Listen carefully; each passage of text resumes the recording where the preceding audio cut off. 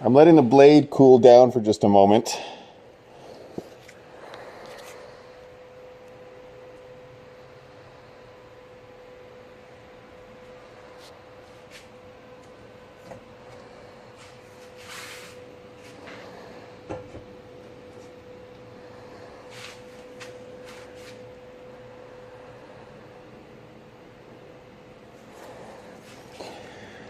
That's just 80 right now, redoing the entire edge. It can cut paper now. Tears it a little, but before it was like a 2-3 millimeter thick edge. It did nothing.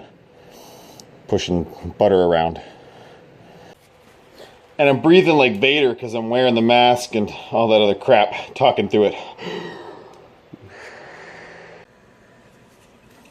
Okay, I've established the edge, and I'm just moving up in grits to keep refining it. Every time I make sure that I've got my wire edge from point to point before I move to the next one. Do it right, and it shouldn't be about a few passes for each grit for a serviceable edge on a blade like this where I've taped off the design and whatever. I'll retouch the edge as much as needed. The steel's pretty soft. This is 400.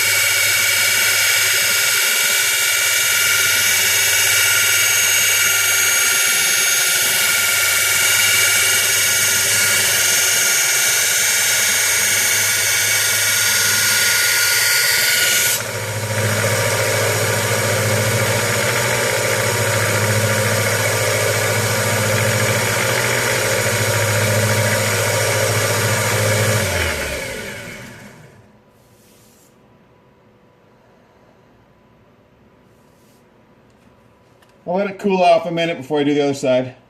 See if I can get on video that wire edge I'm talking about. You see it along there? That flaky bit? That rough? That's actually the very thinnest of wire edge. It'll just snap off. You can flex it.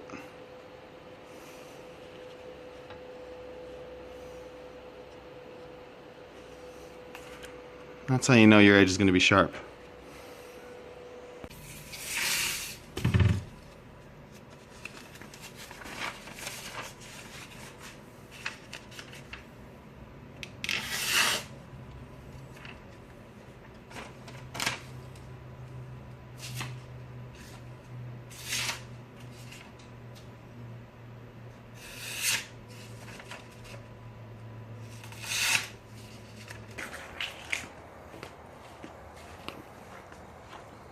So I've cleaned up the hilt, filled this with epoxy, made a couple other washers for it to secure it better. Make sure the tang inside is one piece and well done. And sharpened it after cleaning up the blade a bit too.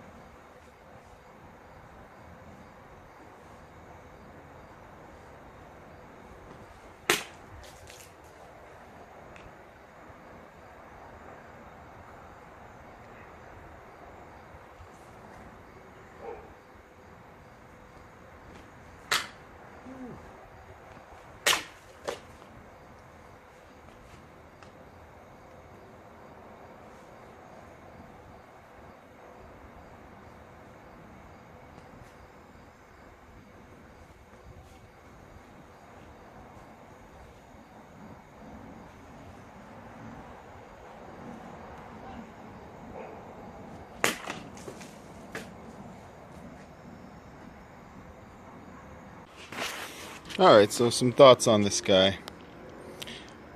This particular Indian-made, what they call ceremonial or tourist piece. It's one of the better ones, I would guess. First thing I did when I took it apart was check out the tang. Shoulders were radiused nicely. Tang was the full thickness of the blade throughout itself, and it is all one piece. It maintains a good width and thickness throughout its length. It's got its own threads cut onto it, so there's nothing welded, so not the best construction to begin with, but acceptable. It's a really light sword. It's workable and correct. It's a lot of done that way. I had to fill this with epoxy to make it sturdy. I also added leather washers to improve the fit. Cleaned up the mouth here on the horse head and polished the brass up. Polished the blade up a bit. Has that filigree work in it. And sharpened it to a serviceable edge. Didn't do the false edge. I can already see though some light faint rusting starting from the bottles I was just cutting.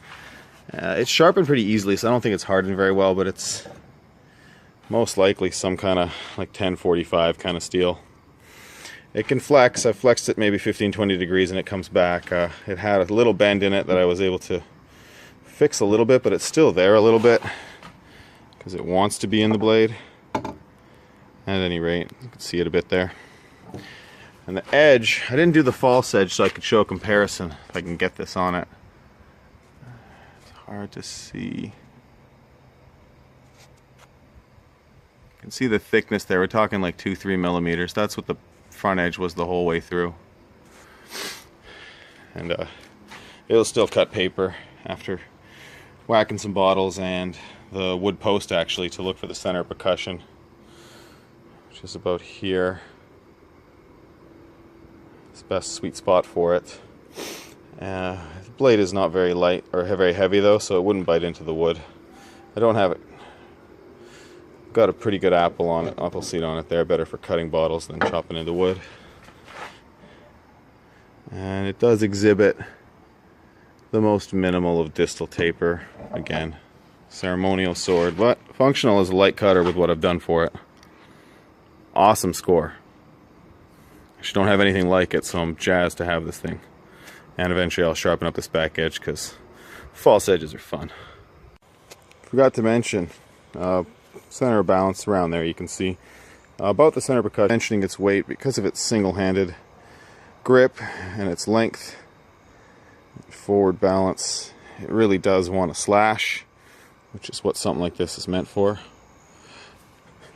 It's a lot of fun to move around.